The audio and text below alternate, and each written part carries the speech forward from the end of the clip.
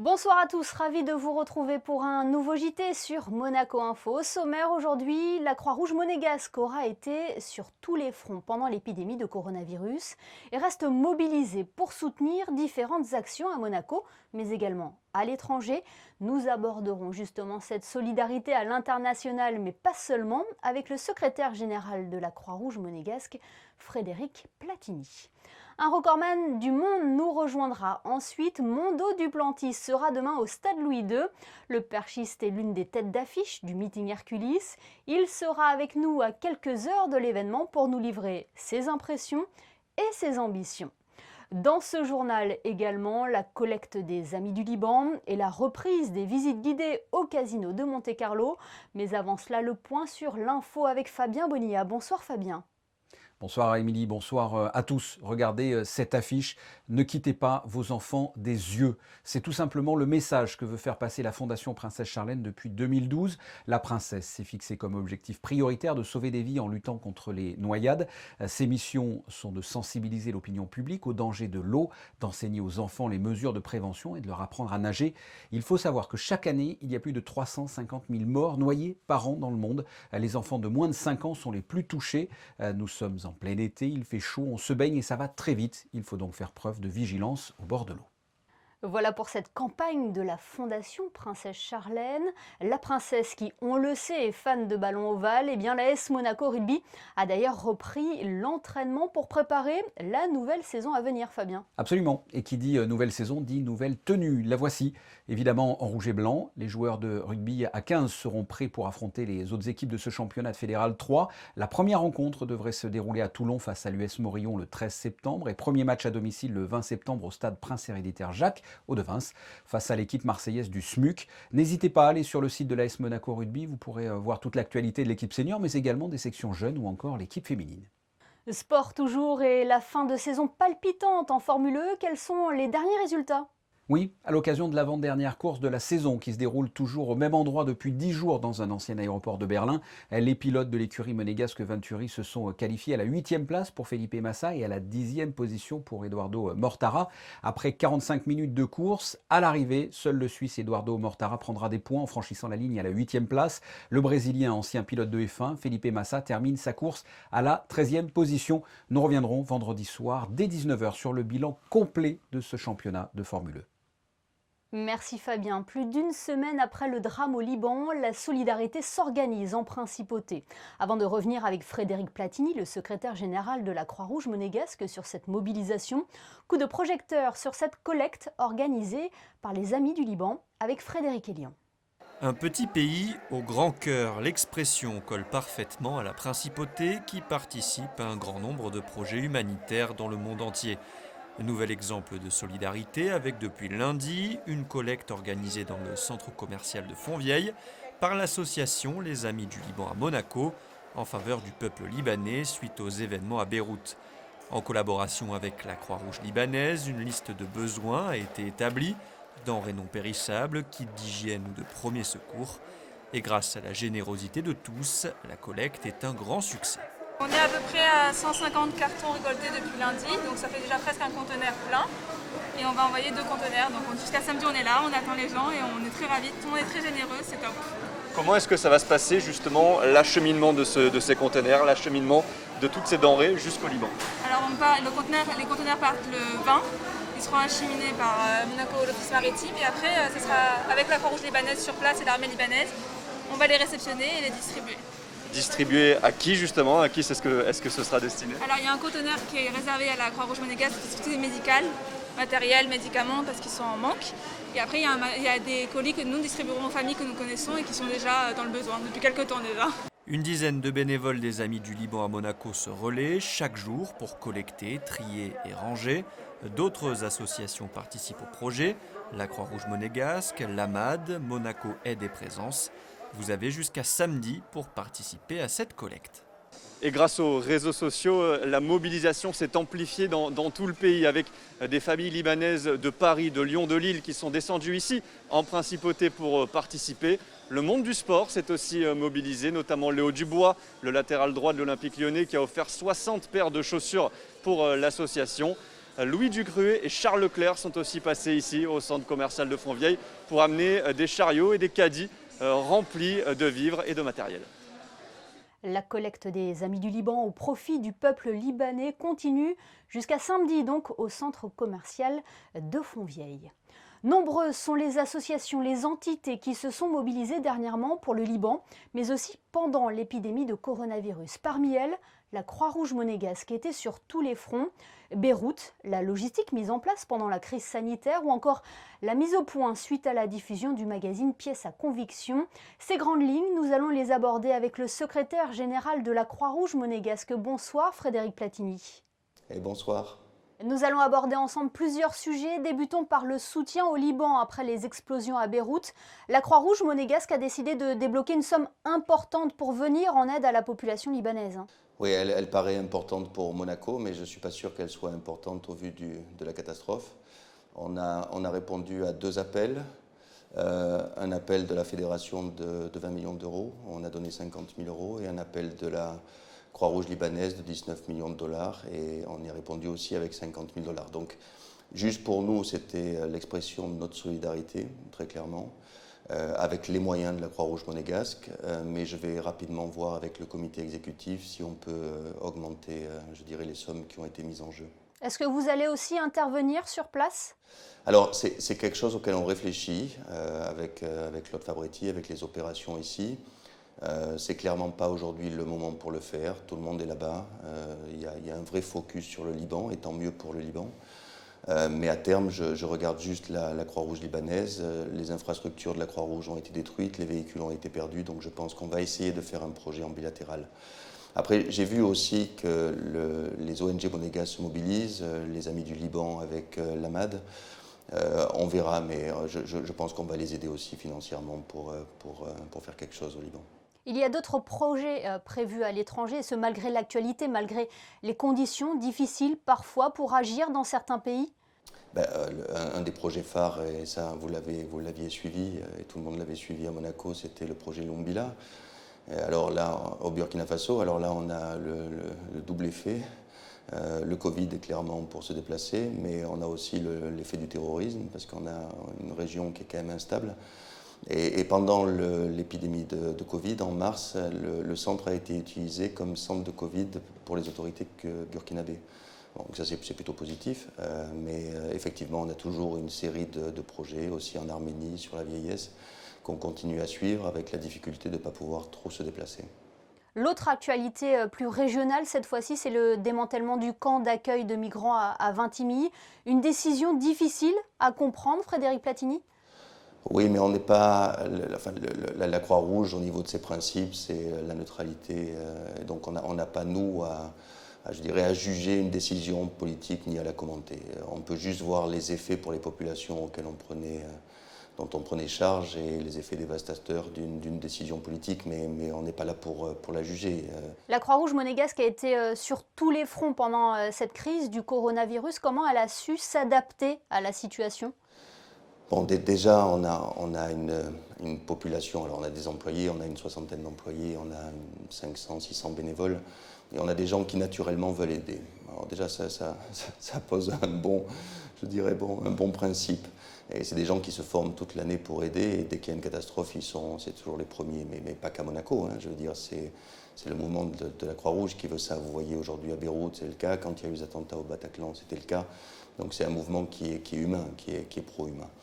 Il y a eu un énorme travail logistique sur le terrain qui a été effectué parce que vous avez participé à la campagne de test, vous avez poursuivi également certaines actions comme le soutien à domicile. Oui, on a fait tout ça, mais de notre côté, ce dont on ne parle pas, c'est tout ce qu'on a plus fait. On n'a plus fait les matchs de foot ou le secourisme pendant les matchs de foot, on n'a plus fait le Grand Prix de Formule 1, on n'a plus fait beaucoup de choses, donc on a pu se réarmer sur d'autres activités. Cette image de la Croix-Rouge monégasque solidaire, mobilisée, a toutefois été entachée dans un reportage diffusé sur France 3 dernièrement, consacré à l'affaire Bouvier-Ribolovlev. On y laisse penser que la Croix-Rouge pourrait servir de paravent pour des échanges. Qu'avez-vous à répondre à cela ? Alors, on y a répondu déjà en prenant un avocat qui défend les intérêts de la Croix-Rouge monégasque. qui a demandé des rectifications, des droits de réponse, et on attaquera toute personne qui mettrait en doute la probité, je dirais, de la Croix-Rouge monégasque, très clairement. Le reportage laisse à penser qu'il y aurait, je dirais, du cash qui sortirait de la Croix-Rouge monégasque et qui ne serait pas justifié.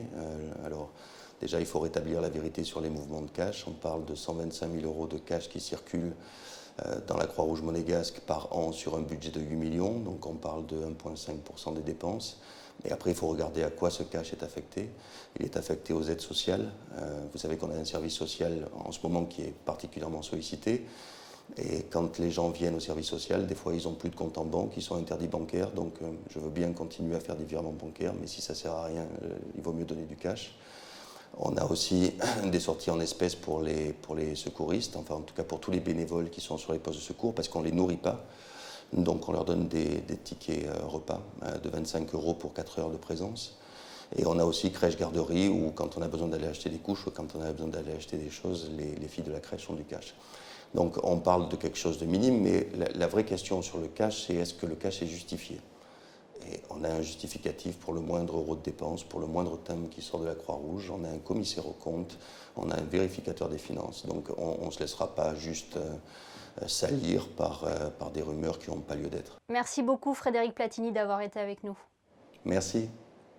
Parlons tourisme à présent, il repart à la hausse en cette période estivale et les beaux jours qui accompagnent la Côte d'Azur. Nombreux sont ceux qui viennent découvrir les lieux emblématiques de la principauté comme la place du Palais Princier ou le musée océanographique. Mais saviez-vous qu'il était possible de visiter le casino de Monte-Carlo? Les visites ont repris depuis début août. Le reportage de Fabien Bonilla, Julien Logier et Louis Borgia. Un décor à couper le souffle, un lieu emblématique de la principauté. Les joueurs avaient déjà repris la direction du casino Monte-Carlo. En revanche, les curieux ne pouvaient plus le visiter, Covid oblige. C'est désormais possible, que ce soit l'atrium ou les différentes salles de jeu. Nous avons pu, comme tous les visiteurs, nous balader dans l'ensemble de ce casino légendaire. Pour les besoins du tournage, nous avons bénéficié d'une visite privée exclusive effectuée par 2 employés de la SBM en guise de guide. Le lieu parle de lui-même, c'est un lieu historique, tout bonnement magnifique, il y a une atmosphère, c'est indescriptible, il faut absolument venir, ne serait-ce que pour voir ça. Qu'est-ce qu'un visiteur peut observer, découvrir ici? Alors ils vont découvrir donc toute notre offre jeu, c'est-à-dire les tables de blackjack, de punto banco, de THU, de craps. C'est les premiers jeux qu'ils vont découvrir dans la salle Europe. Ensuite ici ils vont découvrir la roulette européenne qui est vraiment l'ADN du casino de Monte-Carlo. Et ensuite, ils vont pouvoir continuer à visiter ici les salons privés où, pareil, on a encore une offre de jeux qui est pour une clientèle un peu plus élevée. Il est 10h, le casino ouvre ses portes pour les visites. Les touristes, armés de leurs audioguides, commencent à entrer. On est là parce que c'est l'un des endroits emblématiques de Monaco, là avec le palais j'imagine et le musée océanographique, l'un des 3 hauts lieux de Monaco. Et on est enchanté que ça soit réouvert, parce que pour autant que je sache, ça a rouvert qu'il y a la semaine dernière, il y a 4-5 jours, quelque chose comme ça, donc on a beaucoup de chance. Voilà. Bon, avec le masque, mais voilà, au moins les yeux ne sont pas cachés, c'est l'essentiel. Le casino de Monte-Carlo se visite 7 jours sur 7, de 10h à 12h15. Il faut compter 17 € par adulte. Il est possible également d'effectuer la visite à l'ouverture des jeux, dans l'après-midi, pour la même somme. Un bon de 10 € est alors délivré pour profiter du bar ou du restaurant et pourquoi pas pour aller plus loin et se laisser tenter, que ce soit du côté des machines à sous ou des roulettes, dans un décor qui a servi tant de fois pour l'industrie cinématographique et qui a contribué à faire de ce casino un symbole du grand luxe. À seulement 20 ans, Mondo Duplantis est considéré comme le prodige du saut à la perche. En février dernier, il a battu le record du monde de la discipline en franchissant une barre à 6,18 m, un résultat qui aurait pu présager de belles choses aux Jeux Olympiques de Tokyo. Le perchiste est l'une des têtes d'affiche du meeting Hercules cette année. Il est avec nous ce soir depuis le stade Louis II. Good evening, Mondo Duplantis. Good evening. Are you ready for Hercules? How is your shape? I feel good. No, I'm starting to feel good, and here in Monaco, it's a fantastic place to jump because the weather is almost always good. We have a nice wind, and it's just a really nice setup, and it's a good time of the year. I feel like I'm starting to get into some pretty good shape. In the beginning of the year, it was a little bit tougher because of the whole pandemic and everything. It was a little tough to train, but past month and a half or so, I've been able to train well, so I feel good for tonight. How did you train during the lockdown? Is it true that you have a pole vault pit in your backyard? Yeah, exactly. When I was in Louisiana in the United States, from March almost all the way to May, I was in my parents' backyard starting to pole vault where I started to pole vault. And so, yeah, that was consisted of 2 months of lockdown, was just training in my backyard. But the past couple months in Sweden, where I lived the other half of the year, I've been able to train pretty normally, I would say. But, in the beginning of it, it was a little tough. It was just backyard jumping. But now you are ready. And you did a garden clash with other pole vault men, Renaud Lavillenie and Sam Kendricks, right? Yeah, that's true. Yeah, it was just something fun that Renaud came up with, and we didn't really have anything to do with it at the time. Everything was really uncertain on what competitions we were going to have. Mm-hmm. And so Renaud came up with the idea and asked me and Sam if we were interested, and I said, absolutely, because it was something to do, something to look forward to, because it was just such a crazy time then. So yeah, it was just something fun that we came up with, a little competition when a time where we didn't really have much else to do. And Sam will compete tomorrow. Renaud's brothers too, Valentin Lavillenie. What do you expect for tomorrow? I think it should be a great competition. Mm-hmm. Like I said, it's a great place to jump. So the results here always seem to be really good, especially in my event in pole vault. And we have great competitors. We have Valentin, we have Ben Broders, we have Sam here, of course. Mm-hmm. And yeah, I think that these guys are, we've been starving to jump. Mm. We're starving to compete against each other because it's been a long time. And so I think we're all really excited to compete against each other again, and we're going to bring our A game. And you break the world record last February. Do you think it's possible to do something in Monaco, or is it too early to talk about that? Maybe a little early, but I feel good. I feel like I can jump well. To jump the world record, you have to be jumping not only well, you have to be jumping pretty close to perfect. So world record, I don't know, but I feel good enough to jump something high. There will be less spectators this year. Are there an important support for you? Yeah, but the past competitions that I've competed in Sweden, we had no spectators. Mm-hmm. So, it's something. It's something. It's better to have just half rather than having nobody. Mm-hmm. So I'm really excited about that, and I'm really glad that you figured out a way to put spectators in the seats. So that'll be really exciting, and start feeling more like a more real competition, I would say. So we wish you good luck for tomorrow, Mando. Thanks for being with us. I appreciate it. Thank you for having me. Hercules, donc c'est vendredi soir à partir de 19h30 au Stade Louis II. On passe au point info pratique avec vous, Fabien Bonilla, et ce rappel concernant le masque obligatoire dans certains lieux de la Principauté. Le masque est obligatoire, alors déjà dans tous les espaces fermés accueillant du public depuis le 4 mai, ça ce n'est pas nouveau. En revanche, depuis mercredi, sachez qu'il est obligatoire de porter un masque dans 4 lieux bien définis sur la place du Palais, dans les ruelles de Monaco-Ville, sur la place du Casino et sur l'esplanade du centre commercial de Fontvieille. Ces lieux étant fortement fréquentés, la distanciation sanitaire ne pouvant pas y être assurée, il faut donc porter un masque, c'est obligatoire. Ce port du masque est d'ailleurs fortement recommandé dans les autres rues ou quartiers de Monaco. C'était donc un rappel sur le port du masque obligatoire. Autre rappel concernant cette fois-ci la circulation pour se rendre à Fontvieille.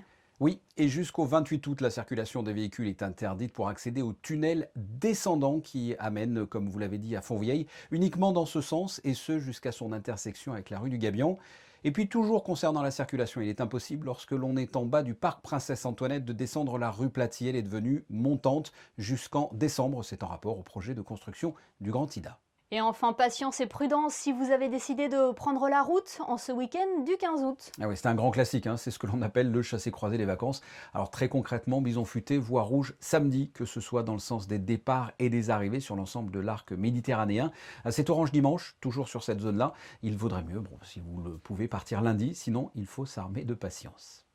Merci Fabien, on se retrouve dans quelques instants pour les prévisions météo cette fois-ci. Un saut a donné le vertige, une façon originale de marquer un panier, des animaux bourrés de qualité. Ces vidéos vues sur internet ont attiré notre attention, il est l'heure du best-of des réseaux sociaux.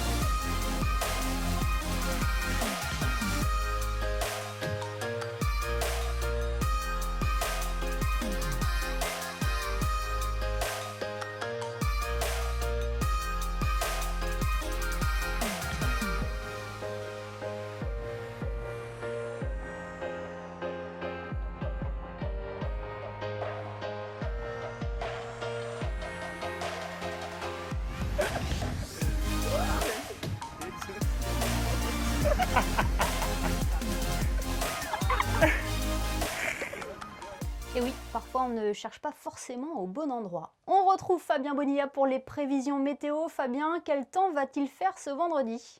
Eh bien, ça sera mi-figue, mi-raisin, mi-soleil, mi-nuage, que ce soit le matin ou l'après-midi. Il fera chaud quand même, de 22 à 27 degrés. Quant à l'eau, elle sera à 26 degrés. Le soleil se lèvera à 6h34 pour se coucher à 20h35. Et ce vendredi, nous célébrerons la Saint-Évrard.